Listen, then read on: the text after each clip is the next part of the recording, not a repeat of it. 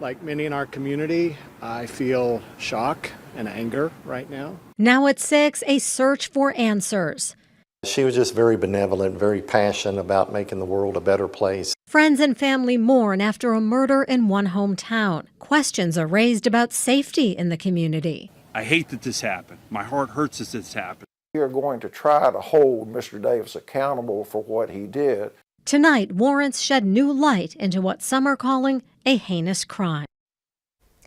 Good evening. Thank you for joining us. I'm Jean Jadhan. The shocking murder in South Roanoke is where we begin tonight. We have multiple angles covered, but let's begin with what we know. It happened early yesterday morning, shortly after 5 on Yellow Mountain Road at the Fairfax condominiums.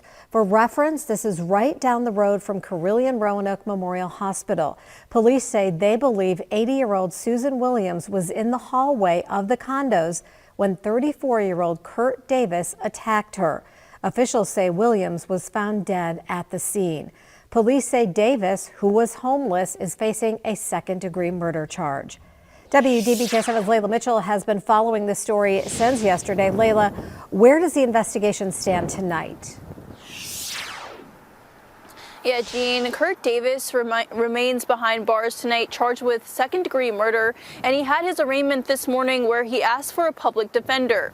Today, I was able to speak with the Roanoke Commonwealth's attorney about why the legal system took this approach and why repeat offenders like Davis find themselves back on the streets. An early morning attack in a quiet South Roanoke neighborhood with court documents giving new details on the crime. Those documents filed Thursday say 80-year-old Susan Williams was brutally beaten with a rock just steps away from her door. According to the warrant, the suspect, 34-year-old Kurt James Davis, was found near the scene with blood on him, later telling police he killed Williams to keep the peace. Davis was arraigned this morning on a second-degree murder charge, but prosecutors say they're moving fast to increase it to first-degree murder. By charging second-degree murder, it allows us to go forward on a first-degree murder charge without the necessity of waiting for a preliminary hearing in General District Court. It actually procedurally speeds the case up. While this case moves forward, the community is left asking how someone with Davis's criminal history, charges for arson, burglary, and assault, was free in the first place. Nobody remains in jail forever in Virginia. I mean, that is the reality of the situation.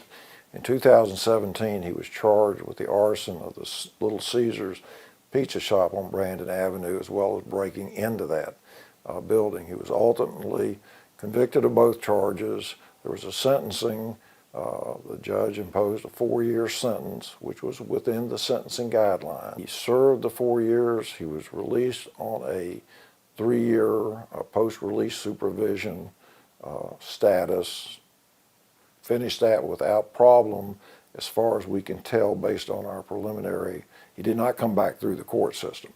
And so, you know, he, in that sense, paid his debt to society and was released. Caldwell says the justice system must balance punishment with fairness, but he acknowledges that sentencing guidelines may need to be revisited to keep repeat offenders from slipping through the cracks. Our society, especially since criminal justice reform started in 2016, has instituted a number of processes to basically be sure that we don't over-punish people.